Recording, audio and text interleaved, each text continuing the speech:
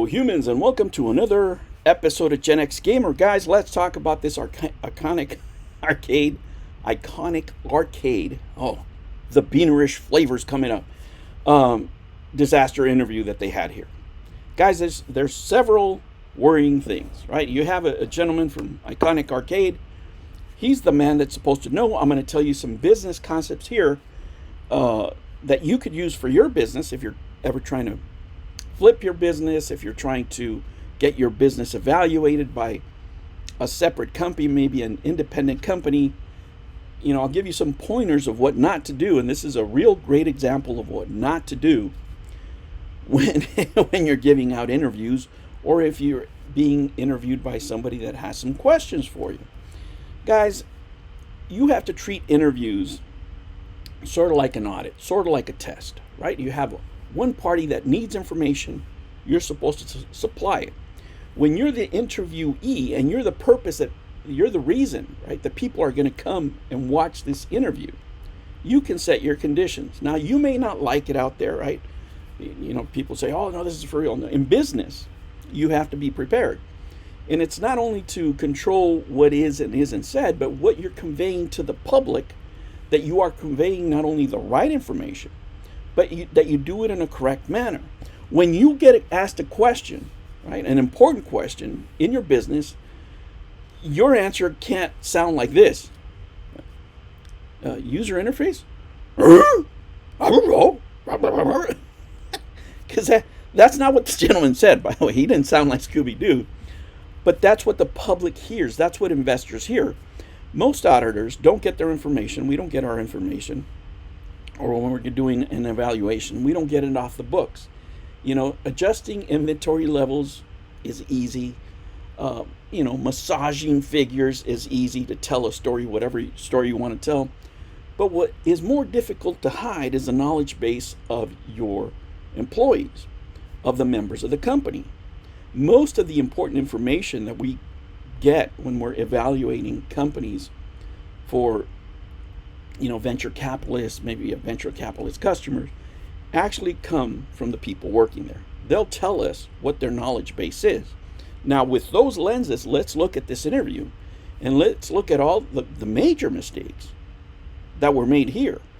You don't have to be a business analyst to know what happened here. All you would have to do is just be a fan of the home arcade community, right? And if you're a fan of the home arcade community, you already have set expectations from what Arcade 1-Up has done, from what Basic Fun has done, what other companies have done. You have some basic expectations of these products.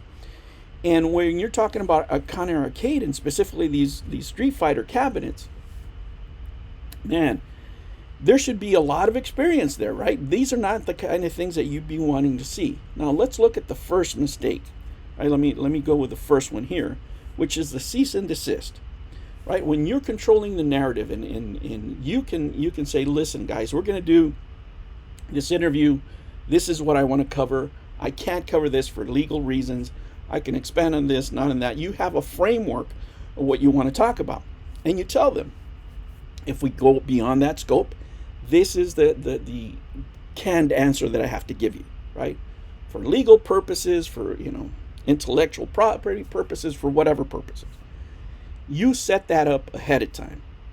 Obviously, this wasn't done here. This is not the place to confirm that there's an actual cease and desist letter, right? It should have been leaked or should have been stated somewhere previously, so that way in this interview, you can talk about the famous, right?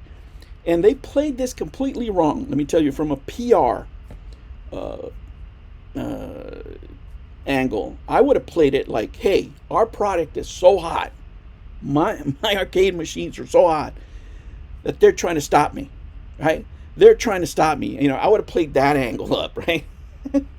They know this is the Arcade 1-Up killer, so they're trying to stop me.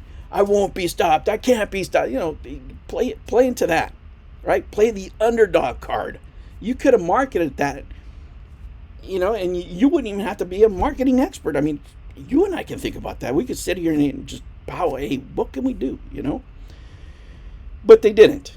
And then they confirm it in this way, which is probably the worst way possible. Because that means that everybody that knew just stayed quiet. Why? Because you told them to stay quiet. Now it's obvious to everybody.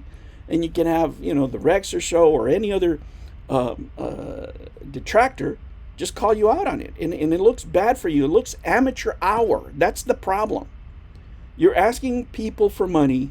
You should look as professional as possible, because you don't have room for mistakes when you're a startup.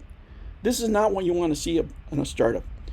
When we're evaluating businesses, like I said, we get information out of the employees. Now, if I'm looking at him as a part of the company, as a quote-unquote employee, maybe he's an owner, I don't know. I don't know any of these people, okay? And my purpose for this video is not to attack them personally. If anything, this video is more instructional for you. Like if you ever want to flip your company and you're going to have a bean counter like me come in and dig into you, don't worry so much about the books. Worry about the questions that I'm going to ask you, because I'm evaluating you. That's my number one target.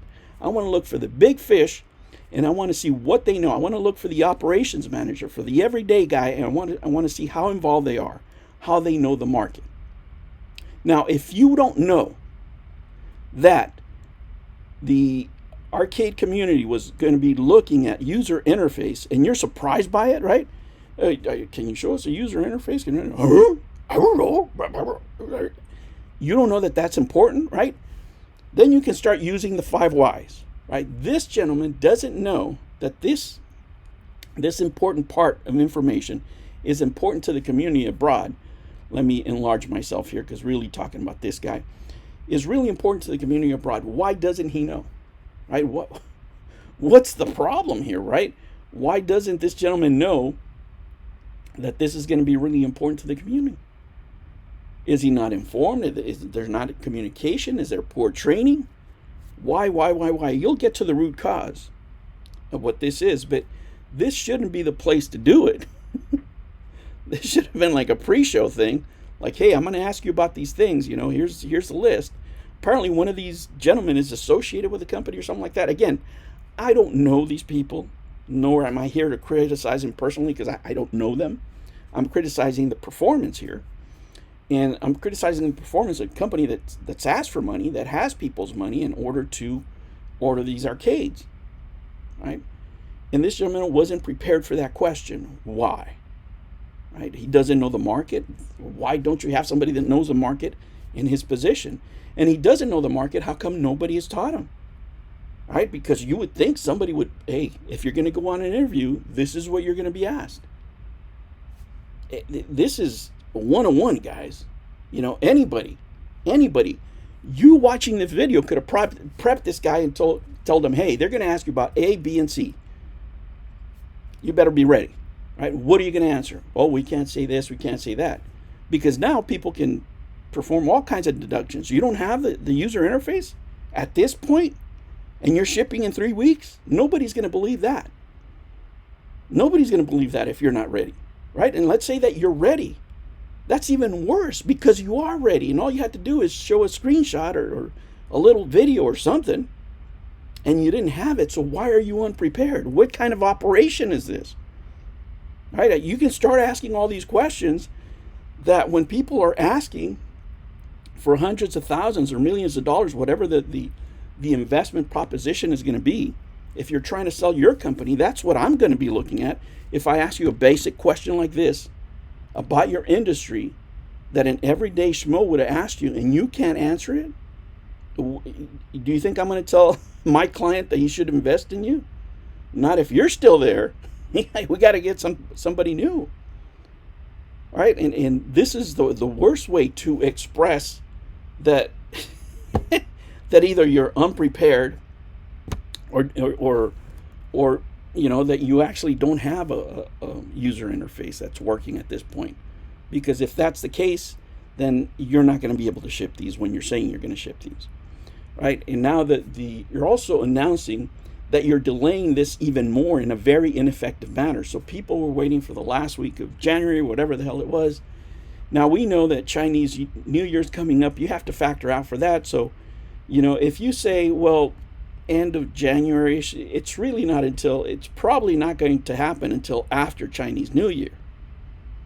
So now you're looking for another 2 months if these are even done. Now, I don't know that. I couldn't tell that. I'm not saying that they are or aren't, but based on this discussion here, it just leaves you up in the air, right? It just leaves a lot of doubts. When you're prepared for an interview, you can say, yes, I'm at this process in production. We're doing the final QC on XYZ. We're going to finish on this date, and they're going to be released. My order is going to be done, say January 20th. A manufacturing facility could tell you that, right? Right now, I can log in to one or more facilities from my computer, and this is why I'm sitting at home, because I don't have to go, and I can see the production run. I can see whether there's a delay. I can see whether they're ahead of schedule. I don't have to be there, and that's in China. Right? I know how the machines are running in China. That's what the internet is for. Right? So, a lot of people don't know this. Now the technology has proved so much, right, that I can go by lot number. If I want to know that an order that is going to ship 90 days from now and it's still in production, I can see exactly what stage it's in, how many parts are being made, what parts are missing, if there's any delays. I can in real time. That's part of the agreement we have with some manufacturers. It's just something that can be done really easy for purposes of evaluation. So you have that, right? So you're unprepared there. It doesn't look good. And then you announce this whole cease and desist, which is, again, not the place to confirm it. You could have leaked it, and the whole thing, doesn't look great. Most of all, it looks like these people don't have any experience. They may have experience, but you need to show it. It doesn't matter. I could say anything, right? I could say, oh yeah, I know a lot about this, but if I don't break it down, if I'm not making these observations for you, right? If I'm not telling you what I'm looking for when I go and evaluate a company for, investors, and it doesn't matter. I could say anything. But at the end of the day, this gentleman was not prepared on an interview that was a friendly interview. This interview is supposed to help you, right? It's supposed to help you market the product. And in the end, it left more questions, which is the exact opposite of what you wanted to do, right? So let this be a lesson for you guys. When you're doing an interview, be prepared. If it's your company and you're helping somebody out, promote it, control the narrative, control the scope of what you're able to speak. You might not like it as a customer out there, but if it's your business, you have to, because there's some questions you just can't answer, right? You can't answer because they're proprietary, because, intellectual property, legal, whatever, right? All those things have to be done ahead of time, so then you don't put your foot in your mouth. This gentleman could be, as sharp as a tack. But we can't tell from this interview. We know more about what he doesn't know, which is the problem, than what he actually knows. The specifics were very thin on this interview. You guys can go back and look at it. I'll put a link down below. Hopefully it works out for everybody.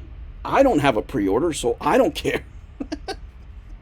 I want to see how this turns out, though.